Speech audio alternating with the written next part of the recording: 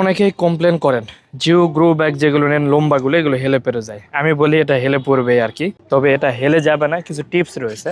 আপনার যদি খুব বেশি হেলে যায় এরকম রাউন্ড বেড গুলো দেখতে পাচ্ছেন, এগুলো ব্যবহার করতে পারেন। আমি আরো দেখে এই সাইডে এই যে রাউন্ড বেড, এগুলো আপনার কিন্তু হেলে যায় না। এই যে রাউন্ড বেড, এগুলো হেলে যায় না। এই যে রাউন্ড বেড হেলে যায় না। আর লম্বা বেড, এই দেখেন লম্বা বেড, এটা কিন্তু হেলে যায় না। আমি দেখাই, তার কারণ হচ্ছে এখানে ম্যাটি খুবই কম রয়েছে আর এটার বয়স খুব বেশি হয় না। এটা মেবি 6 মাসের মতো হচ্ছে আমরা সেট আপ করছি। তো এইরকম একটি লম্বা বেড দেখতে পাচ্ছেন, 120 ইঞ্চি লম্বা, 10 ফিট, অথচ এটা হেলে যায় নাই। আমরা কোনো কিছু সাইডে দেই নাই, সাপোর্ট দেই নাই, দেখতে পাচ্ছেন। এর কারণ হচ্ছে এখানে মাটি দেওয়া রয়েছে মাত্র 2.5 ইঞ্চি। 2.5 ইঞ্চি মাটি তো আমাদের লাউ হয়েছে, এখানে লাউয়ের গাছ হয়েছে। আর এখানে আমরা পেঁয়াজ চাষ করছিলাম, অনেক পেঁয়াজ আমরা উঠে ফেলছে আর কিছু কিছু গাছ রয়েছে, যার কারণে এখানে আমরা মাটি বেশি দেই না। যেমন পুঁই শাক, তো পুঁই শাক পোকা অ্যাটাক করার কারণে এর পাতাগুলো খেয়ে ফেলছে, তো আমরা ওষুধ মারছি।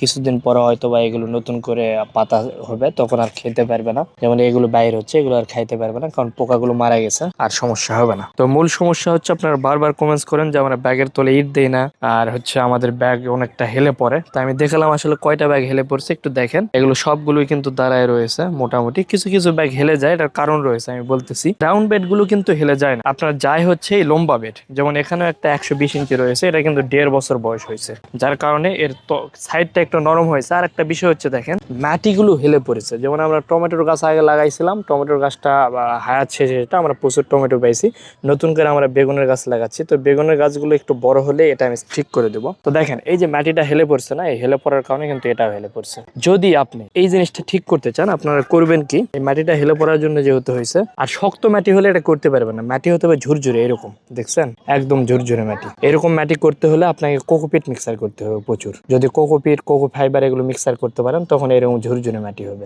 আমাদের এখানে কোকোপিট, কোকো ফাইবার মিক্সার করা রয়েছে, আর অনেক কিছু রয়েছে। এটা হচ্ছে সবজির রেডিমিক্স মাটি, সিরাজ থেকে রেডিমিক্স মাটিও নিতে পারেন, অথবা আপনি নিজে তৈরি করতে পারেন মাটি। আপনার প্রয়োজনীয় ছাদ বাগানের পণ্য অর্ডার করতে আমাদের ওয়েবসাইট ভিজিট করুন।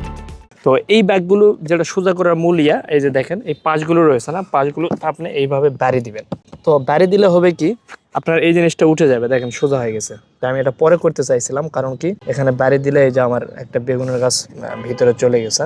যাই হোক, এগুলো আমি পরে করবো, একটু বেগুনের গাছ বড় হতে হবে, এখন করলে এই গাছগুলো মারা যাবে। তো দেখেন এইভাবে বাড়ি দিবেন যখন, এই যে মাটিটা সোজা হয়ে যাবে। এখানে সোজা হওয়ার পরে এই যে একটু হেলে আসে না, এই যে আমরা কিন্তু এইভাবে ফিতা দিয়েছি মিডিলে, এই ফিতাটা আমি একটু টান করে ধরি, এইভাবে টান করে যখন বেঁধে দেবো, দেখেন এই যে সোজা হয়ে গেছে। এটা আমি দেখাচ্ছি, সোজা হয়ে গেছে এটা। তো এইভাবে এই জিনিসগুলো সোজা করতে পারবেন। তারপরে যদি আপনাদের মাটি অনেক শক্ত হয়, সেই ক্ষেত্রে হয়তো বা পারবেন না সহজে, তখন কি করতে হবে, মাটি সাইড দিয়ে কেটে ফেলতে হবে। কেটে কেটে এই মাটিটা উপরে উঠিয়ে দিবেন, দেওয়ার পরে এইভাবে আপনি এটাকে টান করে দিবেন, দেখবেন এটা সোজা হয়ে গেছে। অথবা আপনি এই পাশে কিছু ইট দিয়ে দিতে পারেন, এই পাশে। তবে ইট দেওয়ার প্রয়োজন পড়ে না, আমরা এইভাবে অনেকটাই সোজা করে দিয়েছি। এবার বাড়ি বাড়ি এটা করে দেবো আমি টোটালি, যখন এই বেগুন গাছগুলো একটু বড় হয়ে যাবে। এই মাটিগুলো এইভাবে সোজা করে দিলে আপনার সুন্দরভাবে এটা দাঁড় করানো সম্ভব।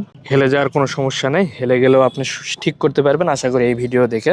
আর অনেকে আবারও বলি, আপনারা হয়তো নিচে বলতে পারেন আমরা ইট দেয় না, ইট দেয় না এই জন্য আমরা কেমিক্যাল ব্যবহার করি। সিরাজটেকের ওয়াটার প্রুফিং কেমিক্যাল রয়েছে, এটা আপনারা নিতে পারেন। প্রতিটা জিও ব্যাগ, যেমন আমরা এই যে ব্যাগগুলো সেট করছি না, এই জিও ব্যাগের আমরা ছাদে আগে কেমিক্যাল দিয়েছি, আর কিছু কিছু আমরা পলিও দিয়েছিলাম, কেমিক্যালের উপরে দিয়েছি, এটা দেখার জন্য যে পলিতে আসলে কতটুকু কাজ করে। তো পলিতে আসলে কোনো কাজ করে না, কারণ নিচে আপনার সেচ সেচে থেকেই যায় পলির। তবে এই সেচ সেচে থাকলেও সমস্যা নেই, কারণ এর নিচে আমাদের কেমিক্যাল মারা আছে, যার কারণে ছাদের কোনো সমস্যা হবে না। এখানে অবশ্যই আপনার ইট ব্যবহার করলে একটা সমস্যা কি, নিচে পোকামাকড় হয়, বিভিন্ন ধরনের সমস্যা হয়। তো যার কারণে সিরাজটেকের ওয়াটার প্রুফিং কেমিক্যাল এটা 3 কোট মারতে হয়। আপনার ছাদটাকে আগে পরিষ্কার করে নেবেন, 1 কোট মারবেন, একটু শুকিয়ে গেলে আবার 1 কোট, শুকিয়ে গেলে আবার 1 কোট। এরপর আপনি হচ্ছে ব্যাগ রাখেন, যেটাই রাখেন ড্রাম রাখেন, আপনার ছাদ ড্যামেজ হবে না, এটা 100% গ্যারান্টি। এইরকম লম্বা বেডগুলোকে একটু সোজা করার জন্য টিপসও বলে দিলাম কিভাবে এগুলো সোজা করতে পারবেন। আজকে এই পর্যন্তই, সবাই ভালো থাকবেন, সুস্থ থাকবেন, আল্লাহ হাফেজ। আপনার প্রয়োজনীয় ছাদ বাগানের পণ্য অর্ডার করতে আমাদের ওয়েবসাইট ভিজিট করুন।